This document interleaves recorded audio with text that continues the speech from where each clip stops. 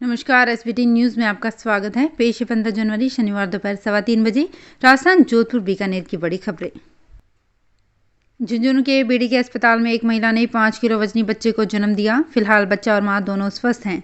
बताया जा रहा है कि आमतौर पर नवजात बच्चों का वजन 2.5 से 3.5 किलोग्राम के बीच होता है। झुंझुनू के वार्ड नंबर 18 के रुखसाना बानो ने बच्चे को जन्म दिया। रुखसाना बानो के ये चौथा प्रसव था। इससे पहले भी 3 लड़के ही हैं। इसमें खास बात यह है कि बीडीके अस्पताल के डॉक्टरों ने सामान्य डिलीवरी करवाई है। राजस्थान के अलवर जिले में मुखबधिर बच्ची के साथ हुए दुष्कर्म मामले में बीजेपी प्रदेश अध्यक्ष सतीश पूनिया ने ट्वीट कर विरोध जताया। पूनिया ने ट्वीट कर लिखा कि राज्य सरकार अपराधियों को क्यों बचा रही है।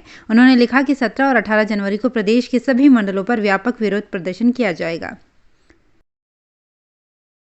राजस्थान में कोरोना संक्रमण की बढ़ती रफ्तार ने सरकार की नींद उड़ा दी है। तीसरी लहर के साथ संक्रमण से निपटने की पुलिस की तैयारियों का जायजा लेने के लिए जयपुर से अफसरों को दौड़ाया है। पुलिस महानिदेशक अमन लाठर ने 18 वरिष्ठ पुलिस अधिकारियों को प्रदेश के अलग अलग जिलों में निरीक्षण कर वहां की गई तैयारियों को परखने के निर्देश दिए हैं। नया साल प्रदेश के हजारों परिवारों के लिए बड़ी राहत और उम्मीद की किरण लेकर आया है। अब राजस्थान के हजारों परिवारों को उनके हक की नौकरी मिलेगी।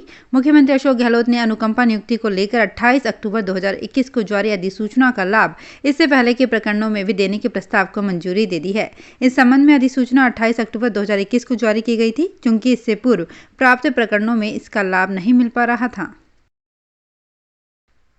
जयपुर हेरिटेज नगर निगम में कांग्रेस को समर्थन दे रहे निर्दलीय पार्षदों की ओर से समर्थन वापसी की धमकी और समितियां गठित करने की मांग को लेकर हुए धरने के बाद भले ही हेरिटेज नगर निगम में जल्द ही कमेटियां गठित करने की बात कही जा रही हो, लेकिन जिस तरह से हेरिटेज नगर निगम के बहाने शहर कांग्रेस की गुटबाजी सामने आई है, उससे कई चर्चाएं भी अब निकल कर सामने आ रही हैं। सूत्रों का कहना है कि हेरिटेज नगर निगम कमेटी गठन का तो सिर्फ एक बहाना है। असल लड़ाई तो कांग्रेस के जिलाध्यक्ष पद को लेकर है।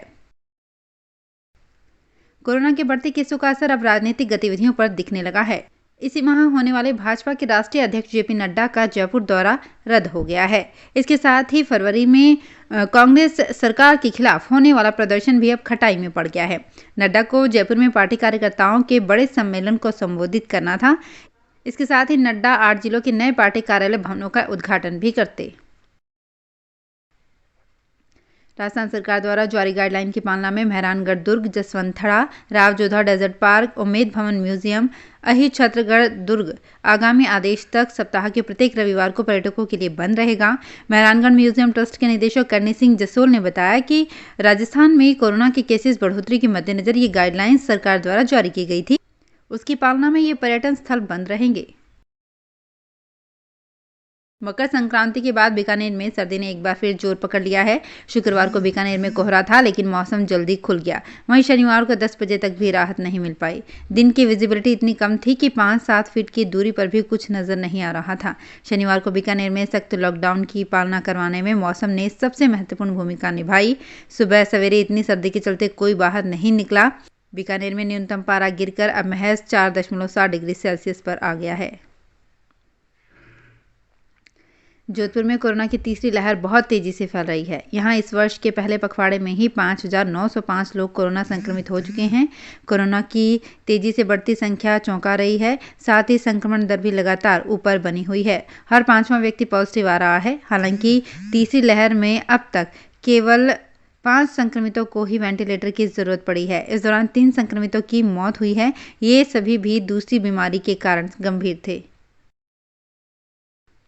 पिछले 2 दिन से सुबह की रिपोर्ट में 400 से ज़्यादा पॉजिटिव केस आने के बाद शनिवार को कुछ राहत मिली है। शनिवार सुबह की रिपोर्ट में 358 कोरोना पॉजिटिव मिले हैं, जबकि इससे पहले ये संख्या दिन में ही 500 के पार भी पहुंची है।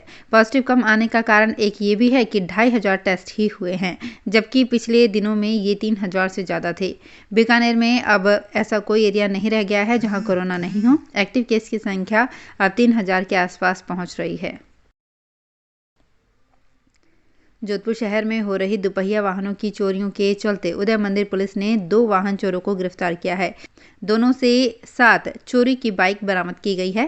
थानाधिकारी अमित सियाग ने बताया कि चौपासनी फनवर्ड के पास राजीव गांधी नगर के गजेंद्र व गंगाणी के प्रकाश जाट को गिरफ्तार किया गया है। गजेंद्र शाती चोर है।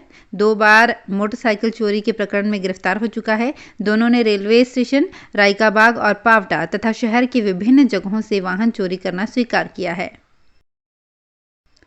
शनिवार को बीकानेर शहरी सीमा में केवल 18+ आयु वर्ग और हेल्थ फ्रंटलाइन वर्कर्स के लिए ही वैक्सीन उपलब्ध होगी। 15+ आयु वर्ग के बच्चों का वैक्सीनेशन केवल ग्रामीण एरिया में होगा, यानी शहरी क्षेत्र में शनिवार को 18+ से अधिक उम्र के लोगों को ही वैक्सीनेट किया जाएगा। RCHO डॉक्टर राजेश कुमार गुप्ता ने बताया कि शनिवार को जिले के कुल 251 हेल्थ सेंटर पर वैक्सीनेशन किया जाएगा। इसके लिए 47,560 डोज उपलब्ध करवाई गई है। कोरोना संक्रमण का फैलाव रोकने और राज्य सरकार द्वारा जारी की गई गाइडलाइन की पालना को लेकर अतिरिक्त जिला कलेक्टर मदन लाल नेहरा ने जोधपुर के व्यापारी संघों के अध्यक्ष व प्रतिनिधियों के साथ बैठक कर चर्चा की। इस बैठक में कोरोना गाइडलाइन की पालना पर विचार विमर्श किया गया। ADM ML नेहरा ने व्यापार संघों से सोशल डिस्टेंस की पालना करने, दुकानदारों के साथ ही ग्राहकों के मास्क लगाने की पालना करवाने व सैनिटाइजर इत्यादि पर जोर दिया।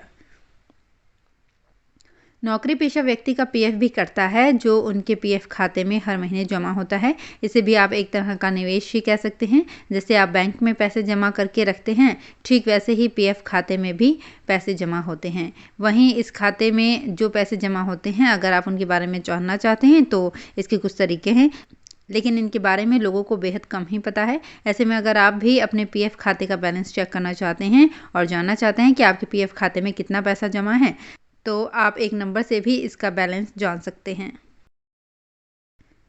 ABVP जोधपुर महानगर द्वारा मनाए जा रहे अवनी 2022 के तहत रामतलाई मंडोर में सफाई अभियान चलाया गया। उसके बाद पौधारोपण किया गया। ABVP जोधपुर महानगर के सहमंत्री निखिल उपाध्याय ने बताया कि इस दौरान कई कार्यकर्ता मौजूद रहे। तो फिलहाल इस बुलेटिन में इतना ही। फिर हाजिर होंगे कुछ और बड़ी खबरों के साथ। SBT न्यूज़ के और भी वीडियोस को देखने के लिए हमारे चैनल को सब्सक्राइब करें और नोटिफिकेशन पाने के लिए बेल आइकन को प्रेस करें।